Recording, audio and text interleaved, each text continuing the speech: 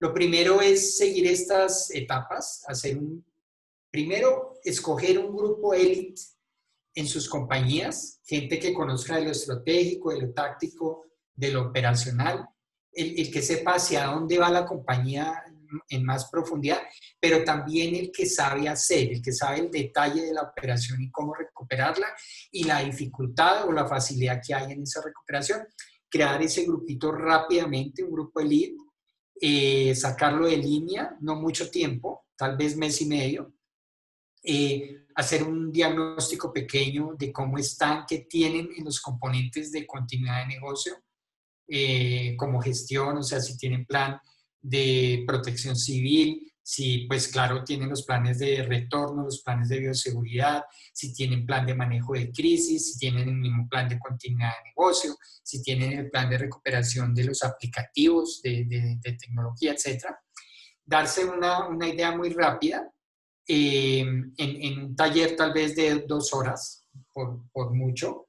Después, en un siguiente taller con ese diagnóstico, hacer con ese mismo equipo élite, con ese task force, crear unos escenarios de impacto en el que ya ustedes están enfocados es en el impacto, o sea, en los efectos. Recuerden el ejemplo del carro. O sea, aquí ustedes ya, por favor, el reto es que se metan en el carro estrellándose. O sea, va a 300 kilómetros por hora. Los frenos, de hecho, el que manejaba la gestión integral de riesgo, que le gusta tanto eso, frenó, pisó el freno fuertemente y el carro dio un coletazo y se fue al abismo, ¿de acuerdo? Entonces, el carro ya va cayendo a 300 kilómetros por hora, un abismo de 2.000 metros, y ahora la pregunta es, ¿y qué hacemos? ¿De acuerdo? Entonces, vamos a medir el impacto. ¿Qué pasa si no tengo un plan B? ¿Qué pasa si no puedo seguir operando? ¿Cuál es el impacto financiero? ¿Cuál es el impacto operacional? Etcétera, etcétera. Y una vez tienen esos escenarios de impacto, luego de ese taller, hacen un taller para definir un portafolio de estrategias de recuperación de sus empresas. Entonces allí plantean unas estrategias, las diseñan, las validan y pues las ponen en blanco y negro. Ya les vamos a mencionar cómo lo haríamos. Luego, casi que en el mismo taller documentan esas estrategias. Entonces, ponen las estrategias, a lo mejor unos costos, claro, no muy finos, solo órdenes de magnitud, y también ponen unos responsables y unas fechas de implementación de esas estrategias. Y una vez que las tengamos implementadas, ojalá se pruebe, eso es fundamental. Y entonces aquí tendríamos nuestro primer plan. No va a ser el plan que va a ganar el premio del Disaster Recovery Institute, del mejor plan de continuidad, a lo mejor, en la próxima reunión del Disaster Recovery Institute en Seattle, pero vamos a tener un plan. Y lo importante es empezar a caminar. ¿De acuerdo? Entonces, básicamente esas son las etapas y el ciclo de mejora, que es un ciclo iterativo, o sea, es de ensayo y error, que empezaríamos a seguir. Entonces, con estas metodologías Agile, lo que haríamos es seguir esa ruta, hacer un diagnóstico con ese equipo elite, establecer los escenarios de impacto, después de definir un set de estrategias a implementar de continuidad operacional, documentar esas estrategias y probarlas. Entonces, este ciclo continuo lo desarrollaríamos con estas personas de este equipo elite y estaríamos en ensayo y error, o sea, siempre habría monitoreo en cada etapa. Deberían haber unas reuniones casi que a diario, en este mes y medio, en las que miramos cómo vamos, definimos las estrategias, definimos los escenarios de impacto, peores escenarios, ¿cierto? O sea, entonces mi escenario fue un sismo de 9 puntos. Entonces ya me fui a implementar la estrategia.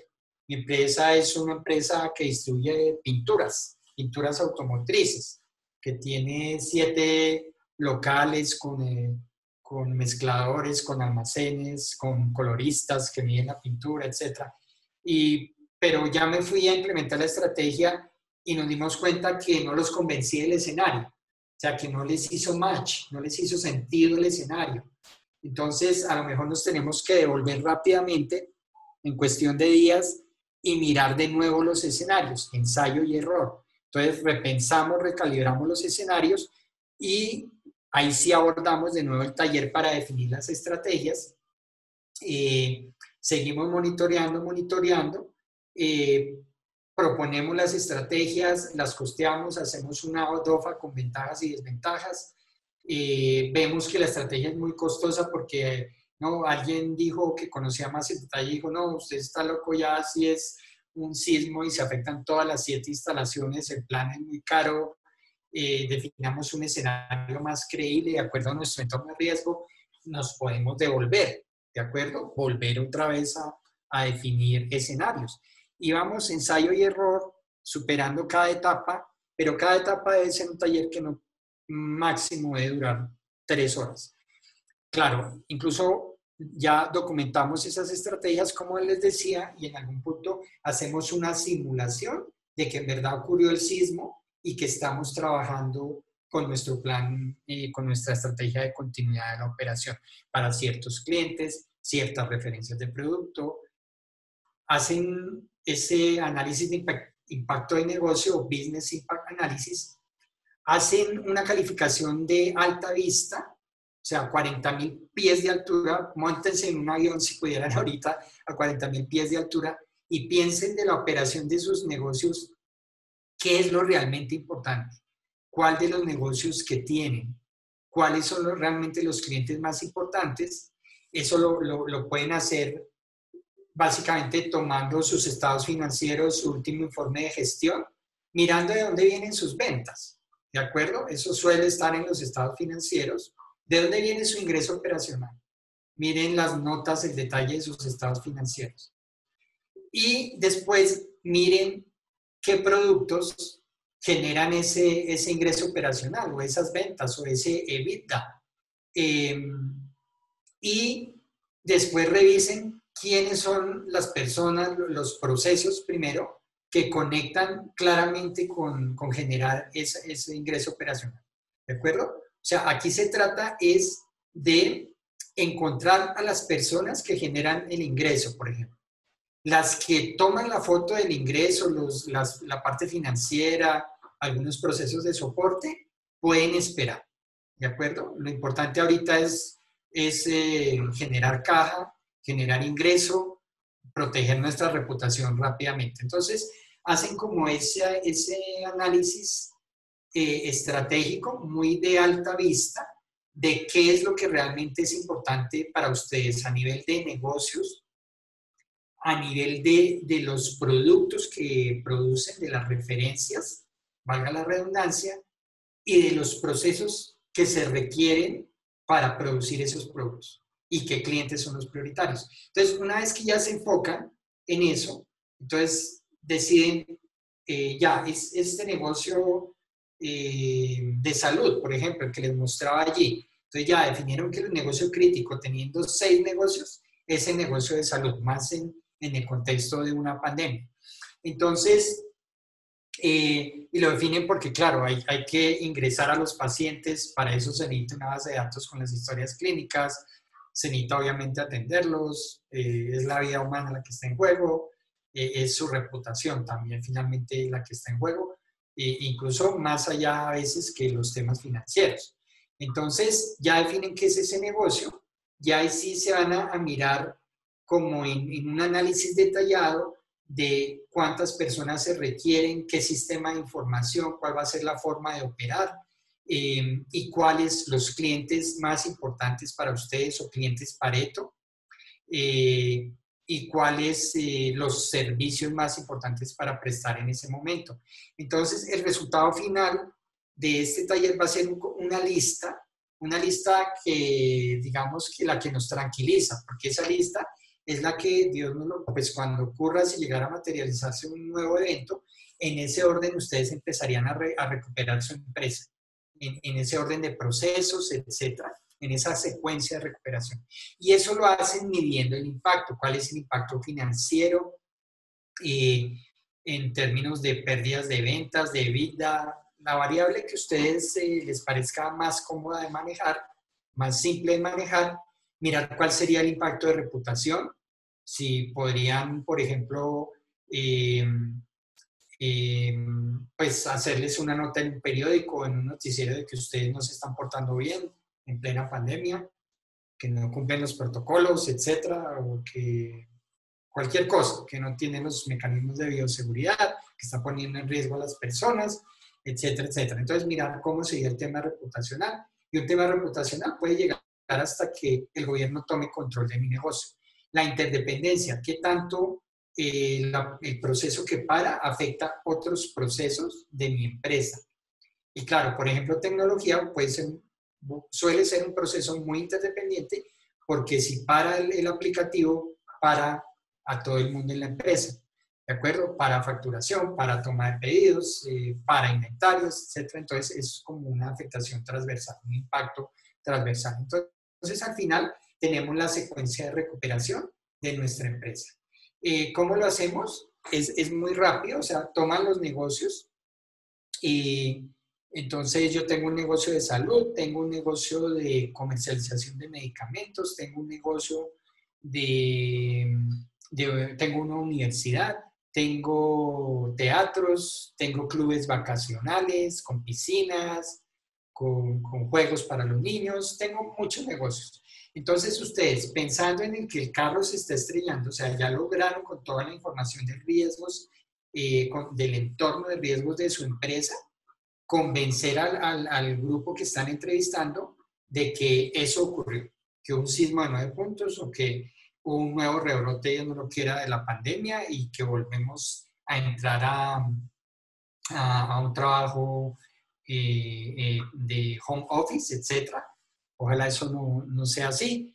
Pero entonces se meten en los zapatos del peor escenario, tienen toda la información de los estados financieros, de los impactos, y arman unos descriptores de qué significa el impacto operacional, que sería la primera columna, y el impacto financiero, que sería la segunda columna, y lo califican en semáforo, alto, medio, bajo, o le ponen 1, 3 o 5, y sacan un promedio de esos impactos, y entonces hacen una priorización dependiendo de ese nivel de impacto que encontraron y ordenan sus procesos en el orden en el que, con base en esos impactos que encontraron, reputacionales y financieros, les permiten medir un tiempo máximo de parada de sus negocios. Entonces, en este caso, en este ejemplo, este cliente ya ha enfrentado el peor escenario. Esto fue una empresa del sector real, pues su tiempo límite, donde ya podía quebrar su empresa, si no lograba recuperarla, era de 3.5 meses. La interrupción máxima tolerable del negocio 1 era 3.5 meses. Y así por delante del negocio 2, el mismo análisis con base en los impactos reputacionales y financieros en el tiempo, parados en el peor escenario, en serio, definir un tiempo máximo de interrupción. Claro, y esto depende del sector. Entonces, ustedes pueden estar en una tarjeta de crédito o en un banco y este tiempo máximo deben ser horas. Casi que 0 horas o 24 horas, etcétera. ¿De acuerdo? Eso puede ocurrir en un banco, pero no es lo mismo en sus empresas pequeñas y medianas, no es lo mismo en el sector real, no es lo mismo en el sector eléctrico. Hay que hacer la tarea y hacer este ejercicio en cada una de sus empresas. Una vez que logren definir estas prioridades, y de nuevo tiene que ser un taller de 3 horas máximo, donde logran meter en ese escenario a los entrevistados, a las personas con las que están recogiendo la información, pues llegan a esta tabla. Y lo que terminan es priorizando sus negocios, ¿de acuerdo? Y esa priorización, pues apoyada de analítica, hay información sólida de cuánto se perdería si ustedes no logran recuperar la empresa en 30 días, en 45 días. Piensen que la data que nos ha mostrado desde México hasta Buenos Aires, etcétera, es que infortunadamente muchas de las pequeñas y medianas empresas, las microempresas, pues muchas de ellas ya han cerrado, infelizmente. Entonces, es saber, y por favor recuerden otra vez el primer slide y la triste historia del pavo, hay un umbral de sorpresa y ustedes también lo tienen. Aquí ya no tenemos kilogramos, tenemos es ingresos, ventas, EBITDA, la variable que ustedes hayan escogido, y hacen una gráfica acumulativa de pérdidas en el tiempo. Entonces, si ustedes paran un día y pierden 500, pues son 500, ¿no? Y esos no vuelven. Ya son 2 días, entonces van acumulando 1000, 1500. Entonces, este tipo de comportamiento de pérdidas financieras es acumulativo y tiene como un comportamiento así exponencial. Entonces, precisamente porque en este momento muchos de ustedes no tienen un plan B, no tienen una estrategia. Entonces, estamos asumiendo de nuevo lo del carro. O sea, el carro se estrelló, estamos cruzados de brazos, no tenemos un plan. Entonces, queremos medir el impacto. ¿Cuál sería el impacto si no se lograran restablecer las operaciones de sus empresas? Cada empresa tendrá un punto en el tiempo. En este ejemplo, que es hipotético, esta empresa, pues efectivamente en 3 meses y medio ya saldría del mercado. Por esas razones de pérdidas de ventas, por pérdidas de mercado, porque la caja ya no es suficiente. Por ejemplo, la caja me alcanzaba solo para un mes o 2 meses, etcétera. Y entonces ustedes pueden ver también aquí cómo incluso pueden analizar cuál sería el comportamiento si tuvieran una estrategia. Claro, el nivel de pérdidas sería menor si ustedes tuvieran un plan B, ¿de acuerdo? A través de un plan de continuidad de la operación. También priorizar las referencias de productos o servicios que ustedes prestan. Es que, sobre todo en el sector real, no, en un banco sí puede existir que uno recupere todo el banco en horas, ¿de acuerdo? Porque se tiene un data center alterno o espejo que toma el control si se destruye o se inhabilita el data center principal. Se puede tener un teletrabajo o un sitio con medidas de bioseguridad en el cual teletrabajar todas las personas críticas del banco. Pero en el sector real no existe algo como construir una hidroeléctrica espejo que vale millones de dólares esperando a que en 50 años o en 100 o en menos años ocurra un evento para utilizarla, ¿cierto? O sea, o en una planta de producción no puedo tener capacidades ociosas. Eso no es costo efectivo, desde luego, y así no es como funciona la implementación de una estrategia en el sector real. Entonces, o en un negocio de distribución, aunque es menos costoso, pero mantener algo que vaya en contravía del just-in-time, del cero inventarios, que genere más costos de arrendamiento de un centro de distribución, etcétera, pues puede no ser tan razonable. Entonces, hay que definir, sobre todo en el sector real, porque ya no se trata de si hubo una parada total de mis líneas de producción, de mi supply chain, de que una vez que lo pueda recuperar, no es producir por producir, sino a lo mejor es producir lo que se vende, lo que se puede vender y que me deja más rentabilidad, que me deja más margen o que me deja más utilidad, la variable que ustedes escojan. Entonces, es hacer como ese pareto de cuáles son, si tuvieran 100 productos, cuáles son los 10 productos o los 20 productos que producirían si su planta de producción falla. Entonces, en eso se enfocaría cuando tengan que activar la estrategia de continuidad de la operación. Y para ciertos clientes, no todos los clientes, atenderíamos estos 10 clientes que son el top de mi compañía a nivel comercial. Y a los demás clientes con comunicación de crisis, pues me estaría comunicando con ellos para decirles pues que infortunadamente no les puedo cumplir los acuerdos de niveles de servicios, que los voy a atender no en horas, sino en una semana, etc. En todo caso, siempre con comunicación simple, directa, honesta, que les permita mostrar una sensación de control y que baje pues la molestia de los clientes, porque si no lo logro, aquellos que no logro atender se van a ir y me van a cancelar pedidos definitivamente en un desastre. Sí o sí voy a perder algo. No existe en el sector real, sobre todo en el sector oil and gas, en el sector eléctrico, algo que como que no pierda ni un cliente o no pierda ni un dólar después de una crisis.